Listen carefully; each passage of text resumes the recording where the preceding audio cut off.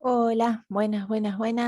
Carolina Antenucci para el canal de Alma Mater de YouTube. Otra vez con esta lectura del libro de Alexander Lowen de la espiritualidad del cuerpo.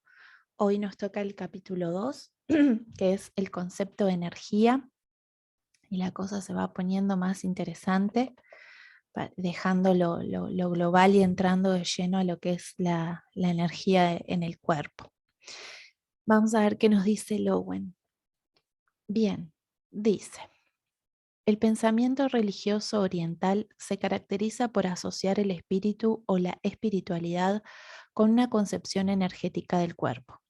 El Hatha Yoga, por ejemplo, postula la existencia de dos energías opuestas, Ha, la energía solar, y Ta, la energía lunar. El objetivo del Hatha Yoga es lograr el equilibrio entre estas dos fuerzas.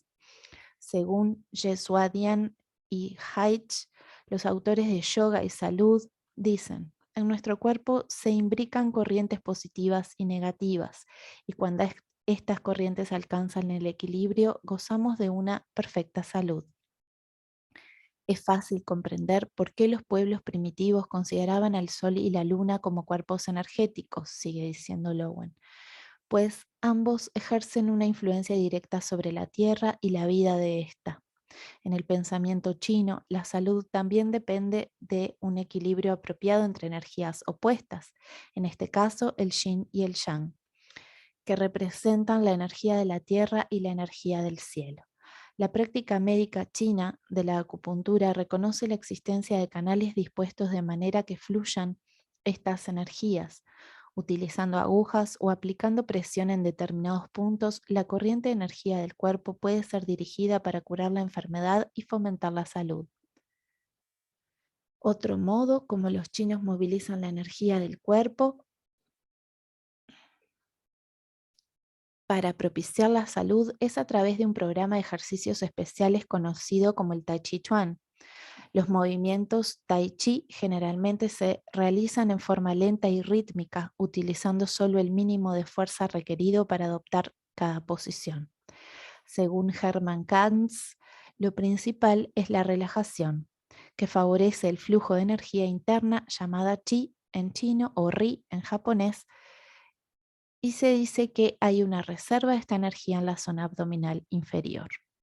Más adelante me referiré a otros aspectos del pensamiento oriental sobre el flujo de la energía del cuerpo. En el pensamiento occidental, la energía se concibe principalmente en términos mensurables y mecanicistas.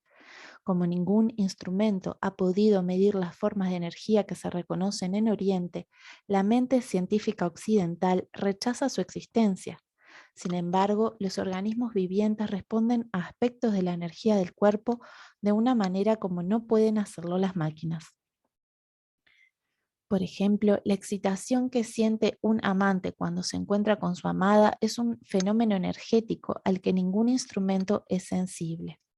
El resplandor de una persona enamorada de la vida misma es otro fenómeno energético que hasta ahora ningún instrumento ha registrado.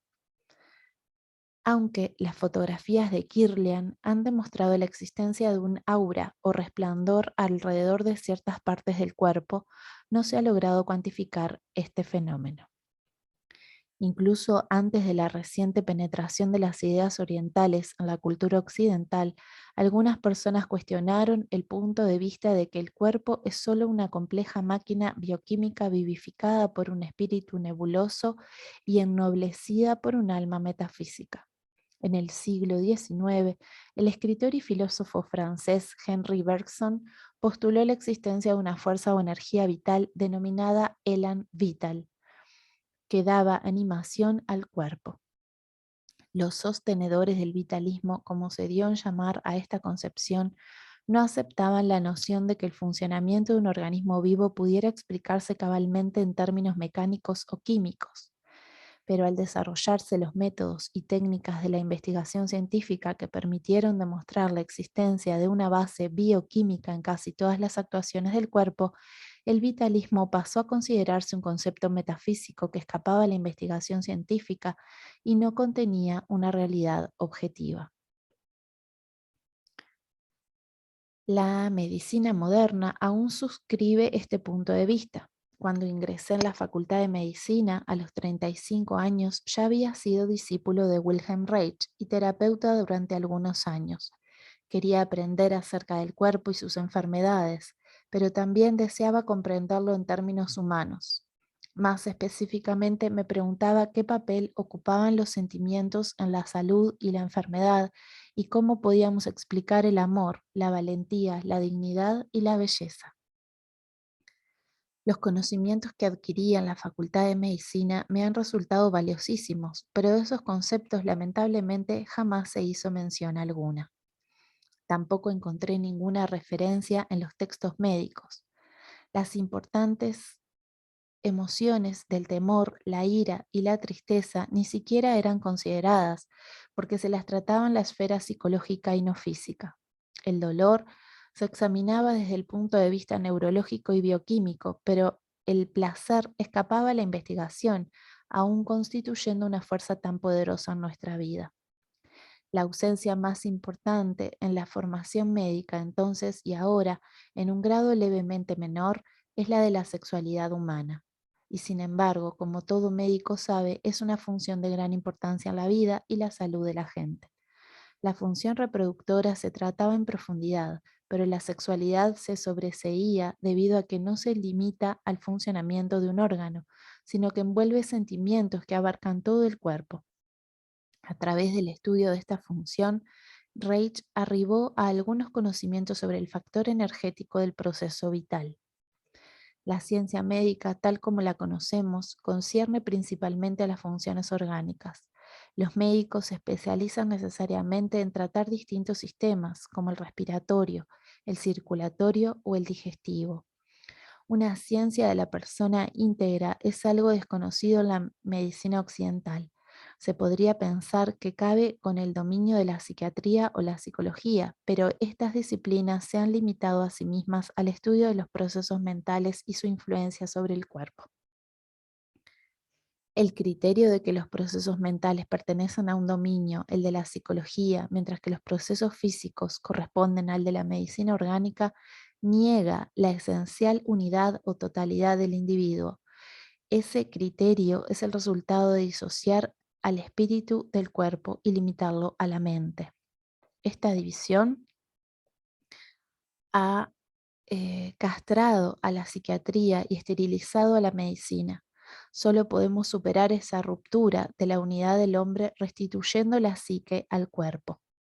Allí es donde originalmente estaba, y como dice Funk and Wagnall's International Dictionary, la psique en su significado original es el principio vital que activa los resortes internos de la acción y el desarrollo. Solo con posterioridad pasó a representar el ser espiritual como distinto del cuerpo. Su conexión con el cuerpo también se evidencia en la raíz de la palabra Pschein, que significa respirar. Una visión holística del organismo reconoce que el cuerpo está imbuido de un espíritu activado por su psique y atento a sus acciones. Dado que el concepto de la psique, tal como se ha definido, es un concepto vitalista, la ciencia no podía aceptarlo y por consiguiente lo relegó al dominio de la metafísica. Sin embargo, a través de la psicología, en la forma del psicoanálisis, se abrió un camino para comprender el espíritu como un fenómeno energético. Este camino condujo a la esfera de la sexualidad, que la medicina tradicional había ignorado. Freud se encontró frente a frente con la sexualidad al intentar comprender el síntoma de la histeria, en una enfermedad física que no podía ser explicada por la ciencia médica y para la que no existía ninguna explicación psicológica válida hasta que publicó su ya clásico estudio. Freud mostró que la histeria era el resultado de la transferencia a un plano físico de un conflicto psíquico en torno a la sexualidad que se derivaba de una temprana experiencia sexual traumática. Pero cómo se producía esta transferencia es algo que ni Freud ni otros psicoanalistas pudieron explicar. La consecuencia es que la medicina psicosomática se ve dificultada por la división entre psique y soma y no puede conectar ambos. Esa conexión fue efectuada por Reich a través de la utilización de un concepto energético. Reich se dio cuenta de que el conflicto se producía en ambos niveles, psique y soma, al mismo tiempo. Consideró la psique y el soma como dos aspectos de un proceso unitario, uno mental y el otro físico, semejantes a las dos caras de una moneda. Cualquier cosa que uno haga con la moneda afecta a ambas caras de forma simultánea. Pero la mente y el cuerpo son también funciones diferentes que inciden e influyen la una en la otra. Reich formuló su conceptualización como el principio de la unidad y la antítesis psicosomáticas. La unidad existe en un nivel energético, en la profundidad del organismo. En un nivel fenomenológico hay antítesis u oposición. Esta relación aparentemente compleja se puede mostrar con claridad mediante un diagrama dialéctico que aparece aquí en el libro. El interrogante que surge de inmediato se refiere a la índole de este proceso y de la energía que interviene. Reich concibe el proceso energético como una pulsación, expansión y contracción, como los latidos del corazón, y la propagación de ondas de excitación que pueden experimentar como corrientes en el cuerpo. Pero la idea de la presencia de una energía que opera en el cuerpo, específicamente en la función sexual, pertenece a Freud. Freud reconoció que otras dolencias físicas como la neurastenia, la hipocondría y la ansiedad estaban relacionadas con una perturbación de la función sexual. Dado que el acto sexual culmina con una descarga emocional, Freud comprendió que la descarga era de índole energética y postuló que la pulsión sexual era activada por el desarrollo de energía sexual que él denominó libido. En un principio, Freud pensó que la libido era una energía física, pero como no pudo probar su existencia, más tarde la definió como la energía mental de la pulsión sexual.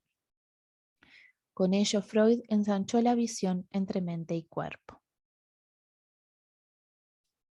Ensanchó la división entre mente y cuerpo.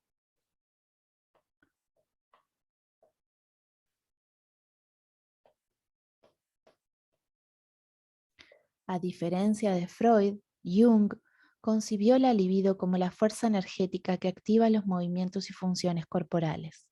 Con todo, no llegó a catalogarla como una fuerza física.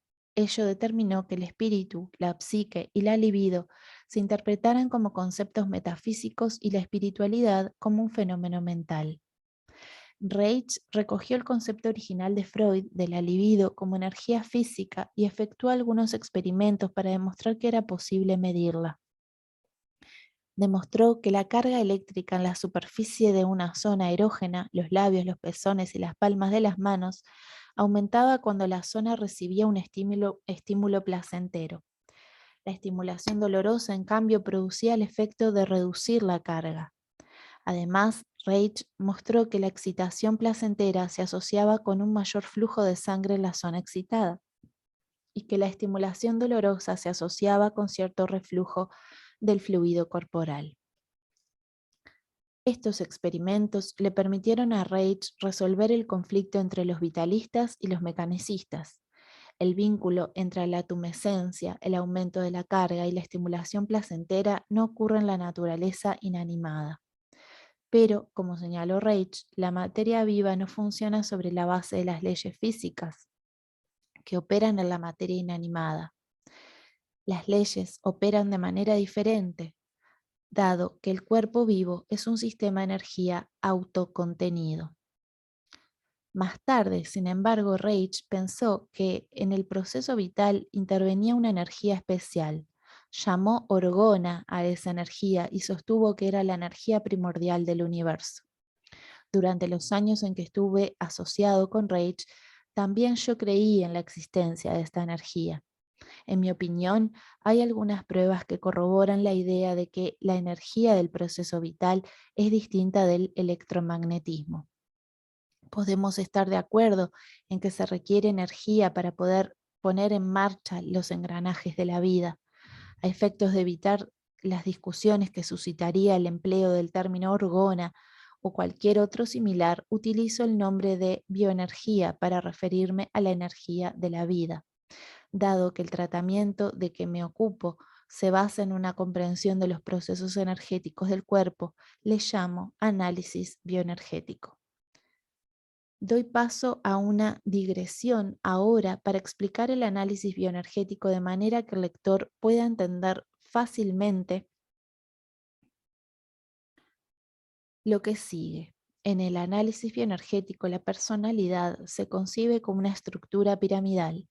El vértice o la cabeza lo ocupa la mente y el yo. En la base o en el nivel más profundo del cuerpo se sitúan los procesos energéticos que activan a la persona. Estos procesos dan lugar a movimientos que provocan sentimientos y culminan en pensamientos. La relación entre estos elementos se refleja en la figura. En la figura vemos un triángulo que dice, en la cúspide yo, debajo pensamientos, debajo sentimientos, debajo movimientos y aparece una línea punteada que separaría la parte más ancha del triángulo donde dice procesos energéticos.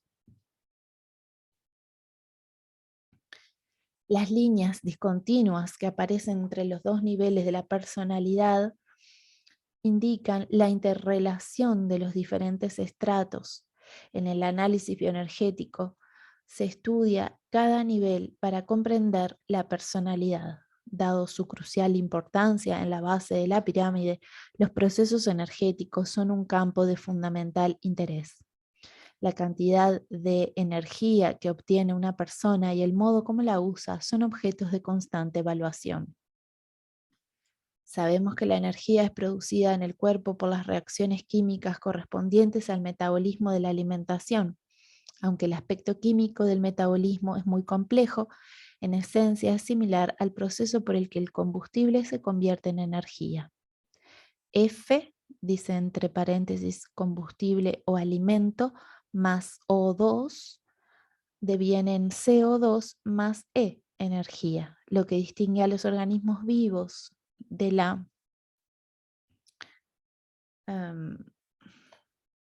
naturaleza inanimada es que este proceso está contenido dentro de una membrana de tal modo que la energía producida no se pierde en el medio, sino que es usada por el organismo para promover sus funciones vitales. Una de sus principales funciones es obtener del medio los ingredientes necesarios para perpetuar la producción de energía. Esto requiere que la membrana sea permeable al alimento y al oxígeno que ingresan y a los productos residuales del metabolismo que se desechan. En organismos más complejos que las bacterias o los animales unicelulares, este proceso implica una búsqueda activa de los suministros necesarios. Por consiguiente, los movimientos de un organismo no pueden ser puramente casuales. Deben estar guiados por alguna sensibilidad al medio. Uno de los más destacados estudiosos del funcionamiento del protoplasma observó que el protoplasma puede no ser inteligente, pero actúa de forma inteligente. Esa acción inteligente es abrirse y buscar alimento, amor y contactos placenteros, y rehuir del peligro o del dolor. Esta acción de buscar y rehuir es parte de una actividad pulsátil dentro del organismo que incluye el latido del corazón, la dilatación y compresión de los pulmones y la acción peristáltica del tubo digestivo. Todas estas actividades son causadas por un estado de excitación en cada una de las células y cada órgano del cuerpo. La vida, en consecuencia, se puede definir como un estado de excitación contenida que produce la energía, que impulsa los procesos internos que sostienen las funciones vitales, así como las acciones externas que mantienen o aumentan la excitación del organismo.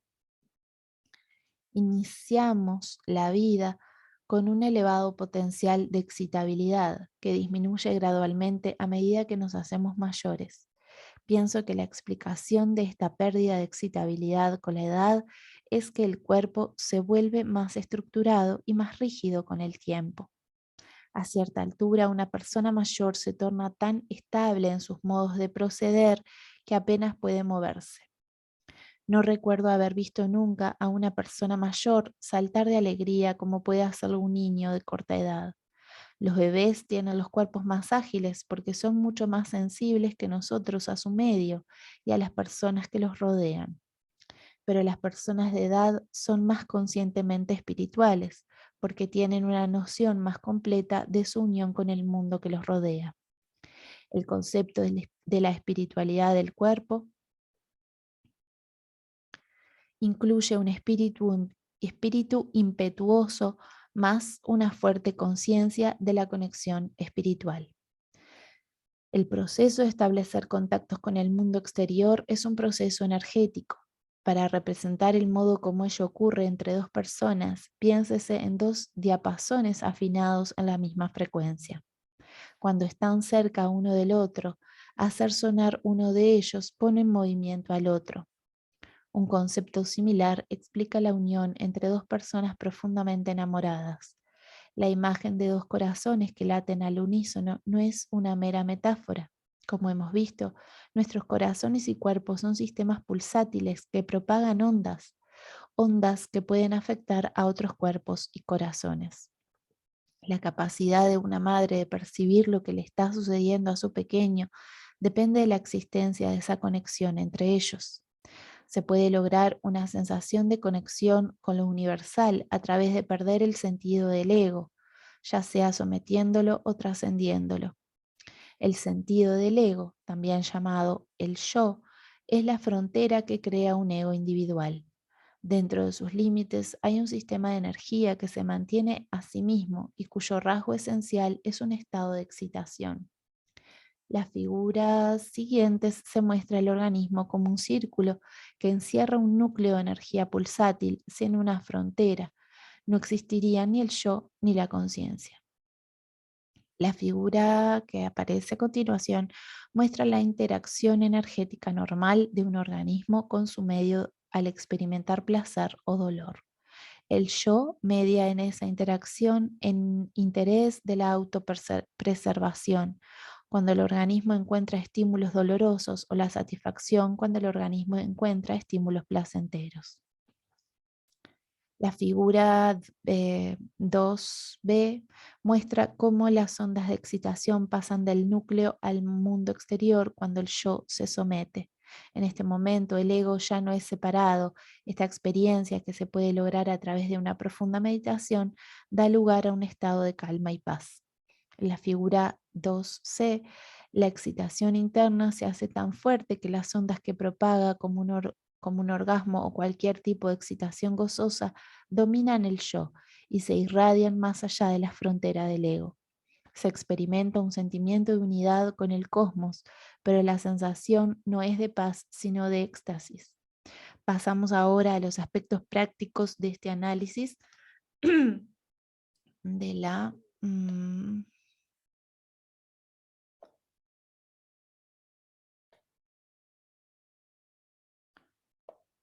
las figuras realmente no. El que quiere me las pide y yo se las paso, pero realmente no son imprescindibles para comprender lo que Lowen está diciendo. Bien, decíamos la frase, pasamos ahora a los aspectos prácticos de este análisis de la energía. El problema de salud más común entre las personas de nuestra cultura es la depresión.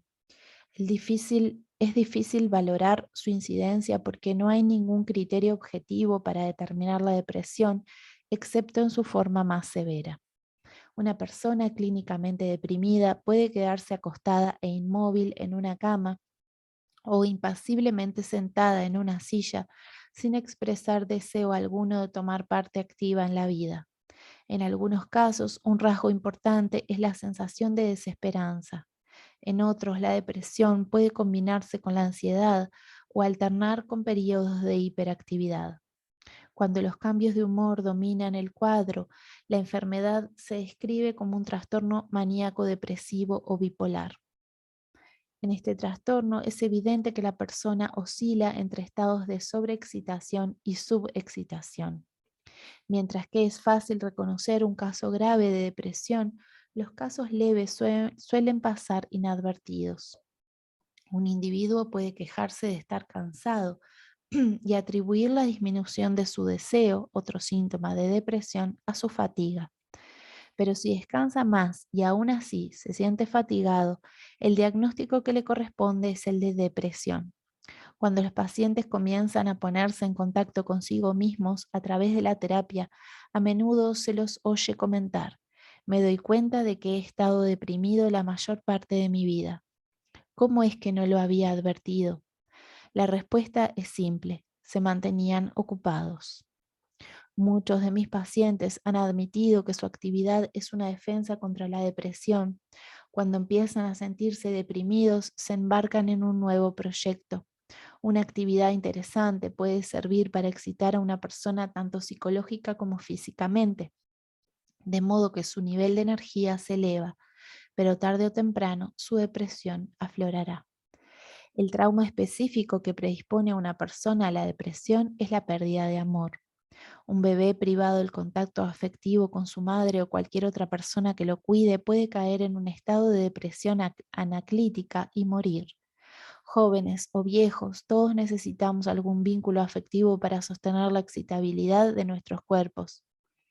Las personas de edad que pierden a un compañero muy querido a menudo pierden las ganas de vivir. Los adultos por lo general pueden recurrir a muchas personas para sentirse vinculados con alguien, pero los muy jóvenes y los muy viejos están limitados en su capacidad de establecer vínculos amorosos.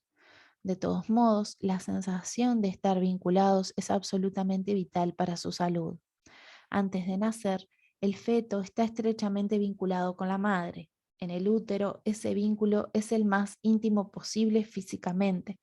Una vez que ha nacido, el bebé busca reiterar esa calidez en el pecho o los brazos de su madre. Esos vínculos son de vital importancia para él. Al excitar su cuerpo, estimulan la respiración y sus funciones digestivas.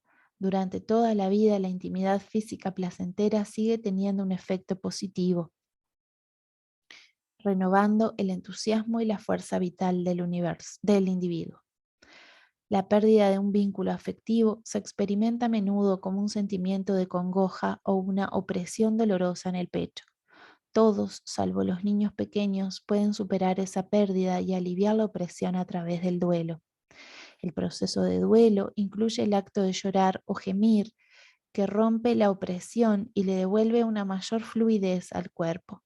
A medida que las pulsaciones del corazón recobran su fuerza, se van propagando ondas de excitación por toda la superficie del cuerpo. Al excitar a otros cuerpos, esas ondas sirven para establecer un vínculo energético entre ellos. Por desgracia, los niños pequeños que sufren una pérdida afectiva no pueden superar sus efectos hasta que se establece un nuevo vínculo afectivo. El alivio que les brinda el llanto es solo pasajero si no se restablece un vínculo con una figura afectiva. El niño pequeño necesita ese vínculo para conservar la fuerza de la pulsación dentro de su cuerpo. Por lo general, la pérdida de afecto no se debe a la muerte o desaparición de la madre, sino a la incapacidad de ésta de satisfacer la continua demanda de amor del hijo. Y la madre puede haber sufrido, siendo niña, la pérdida del amor de su propia madre. Un padre saludable y vital quizás sea capaz de responder a la necesidad del hijo, pero no es un sustituto totalmente adecuado, aunque puede mitigar el dolor de la congoja. En la mayoría de los casos, sin embargo, la congoja del niño por la pérdida del amor de su madre persiste hasta la edad adulta, bajo la forma de una opresión crónica en el pecho que restringe la respiración. Al disminuir el suministro de oxígeno no disponible, esa tensión crónica amortigua la combustión metabólica y reduce la producción de energía del individuo. Un individuo no puede elevar su nivel de energía por la sola vía de aumentar su ingestión de alimentos y o de oxígeno, a menos que haya una demanda por parte del cuerpo de esa energía adicional. Los alimentos se almacenarán en forma de gordura y el exceso de oxígeno provocará una condición de hiperventilación. Los organismos deben mantener un equilibrio entre la carga y la descarga, la producción de energía y el uso de energía. La demanda controla la ecuación entre carga y descarga. El aumento del nivel básico de energía de un individuo solo puede efectuarse dándole mayor vitalidad al cuerpo a través de la expresión de los sentimientos. Una falta de vitalidad es siempre el resultado de la supresión de los sentimientos. Uno de los efectos sorprendentes de la disminución de la energía es un aumento de actividad, generalmente destinada a ganar afecto. En su mayoría, los niños que han sufrido una pérdida de afecto creen que esa pérdida se debe a un fallo de su parte, que los incapacita para ser queridos. Muchas madres infunden este sentimiento de culpa acusando al hijo de ser demasiado exigente, demasiado vivaz, demasiado desobediente, demasiado quejumbroso, demasiado de todo. El hijo pronto comprende que tiene que acatar las demandas de su madre a efectos de recibir ese amor. Esta convicción de que al amor hay que ganárselo suele persistir hasta la edad adulta y se manifiesta entonces en el afán de conquista y la necesidad del éxito. Esa forma de conducta es típica de la personalidad del tipo A, que se caracteriza por un exagerado afán de probar la propia valía unido a una ira reprimida que se manifiesta en una constante irritabilidad. La conducta del tipo A es uno de los principales factores que predisponen al individuo a la depresión o a la afección cardíaca. Pero esta conducta también es en gran medida responsable del cansancio crónico endémico en nuestra cultura. Lamentablemente, la mayoría de los individuos no se detiene a sentir su cansancio. Al enfrentarse con las presiones de la vida, creen que es una cuestión de supervivencia seguir haciendo lo que han hecho hasta ahora. Sentirse cansados les provoca el profundo temor de que tal vez no puedan continuar en la lucha. A muchos les resulta difícil decir no puedo. De niños se les enseñó que cuando hay voluntad siempre hay una vía. Decir no puedo es admitir el fracaso, lo que se ve como una prueba de que son indignos de ser amados.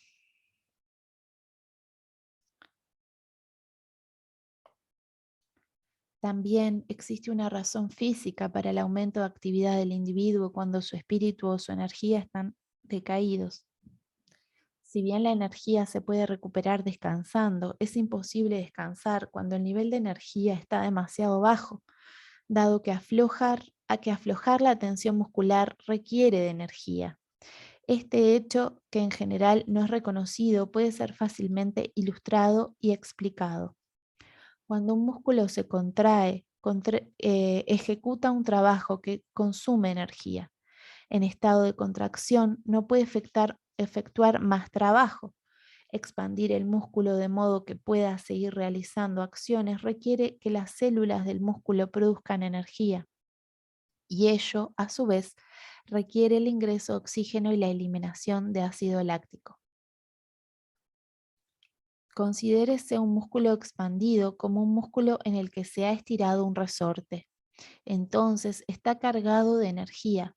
Cuando el músculo se contrae para ejecutar un trabajo, se comprime y endurece.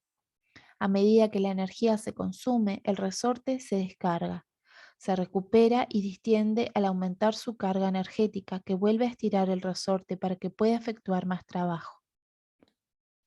Cuando una persona está muy cansada y su nivel de energía es bajo, puede sobreexcitarse fácilmente, como un maníaco depresivo, cuya hiperexcitabilidad e hiperactividad anuncian el inicio de la depresión.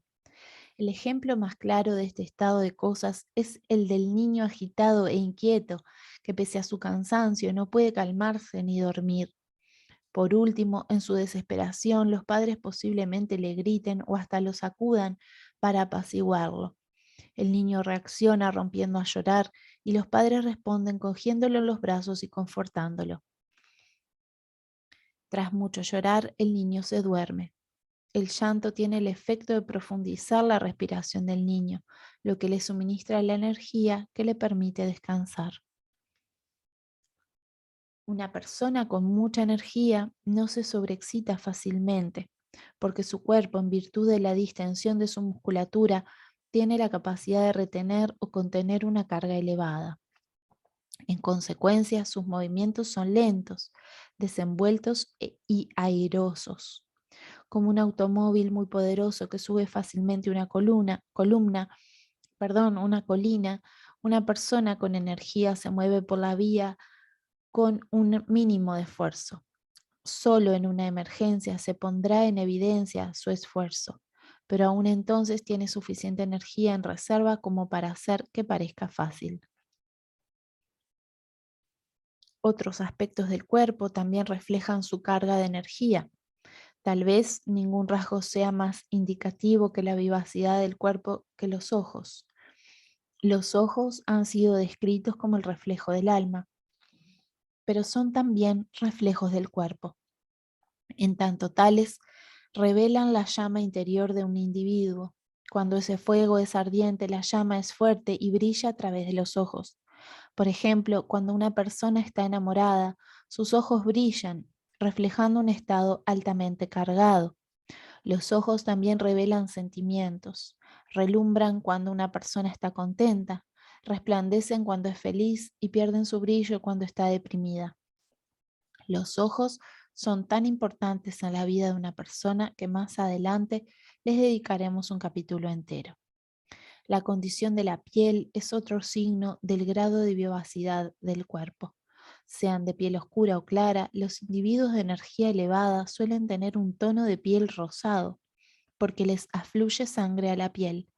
Esta afluencia de sangre tiene lugar cuando una onda de excitación que proviene del centro del cuerpo llega a la superficie, produciendo una carga de energía elevada en la piel. Un tono de piel grisáceo, blanquecino, amarillento o amarronado indica que la superficie del cuerpo está poco cargada y que la afluencia de sangre a la piel ha disminuido.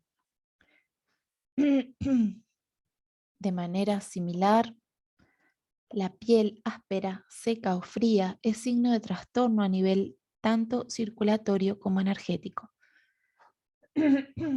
Perdón. Estas condiciones tienen también significación emocional. En caso de temor, por ejemplo, la sangre se retira de la superficie dejando la piel blanca, fría y hasta viscosa. La carne de gallina, otro signo de temor, se produce cuando las fibras elásticas de la piel se contraen, haciendo que sobresalgan los folículos del vello. El cuerpo es moldeado por lo que experimenta. La piel que a uno le gusta acariciar fue tratada amorosamente en la infancia. Las respuestas del cuerpo a un contacto cariñoso es expandirse con placentera excitación. En ausencia de un contacto cariñoso, el cuerpo del bebé se encoge y se enfría. Su excitabilidad disminuye y su pulsación interna se reduce. En un individuo sano, esa pulsación es fuerte y sostenida y lo inspira a tender hacia afuera y establecer un contacto afectivo con las personas y cosas que lo rodean. Este individuo de proceder cariñoso es poco común en nuestra cultura, en la que no se advierte la espiritualidad inherente al impulso del cuerpo a tender hacia afuera. El cuestionario siguiente ayudará a evaluar el estado de energía y proporcionará la conciencia de su funcionamiento. ¿Cómo clasifica el nivel de energía propio? ¿Elevado? ¿Insuficiente? Cuestionario del estado energético. Índices de falta de energía. A. ¿Se siente cansado? B. ¿Le cuesta levantarse por la mañana? ¿Se siente cansado cuando se levanta? C. ¿Se siente apremiado, empujado o continuamente presionado? D. ¿Está en permanente actividad? E. ¿Le resulta difícil distenderse, quedarse quieto? F. ¿Se mueve con lentitud y facilidad o con movimientos rápidos y apresurados? G. ¿Tiene dificultades para dormirse? H. ¿Se siente deprimido a veces? Índices de energía elevada. A. ¿Duerme bien y se despierta con nuevas fuerzas? B. ¿Tiene los ojos brillantes? C. ¿Le gusta realizar sus actividades normales? D. ¿Espera con ilusión cada nuevo día? E. disfruta el hecho de estar quieto y en silencio. F. Se mueve con gracia. Este libro tiene por objeto ayudar al lector a comprender su cuerpo como la manifestación exterior de su espíritu. Comprender implica a la vez conocer y sentir. En los capítulos siguientes examinaremos los factores que determinan el estado de energía y ofrecemos algunos ejercicios que ayudarán a percibir la diferencia cuando se mueva el cuerpo con más vivacidad y gracia. Bien, hasta aquí el capítulo 2.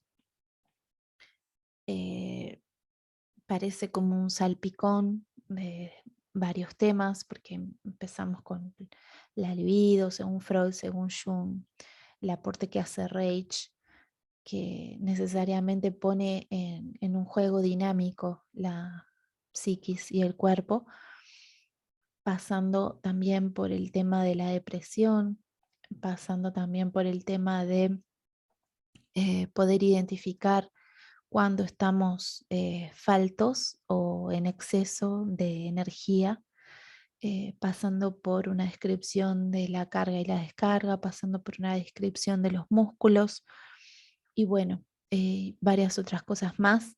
Me parece que es un lindo capítulo y nos vamos a preparar para luego el capítulo 3, que es la respiración, que es una de las vías más importantes que tenemos para combustionar energía y mantenernos con el mejor nivel que tengamos y que está hoy puesto tan en observación con todo este tema que nos está concerniendo a todos a nivel global.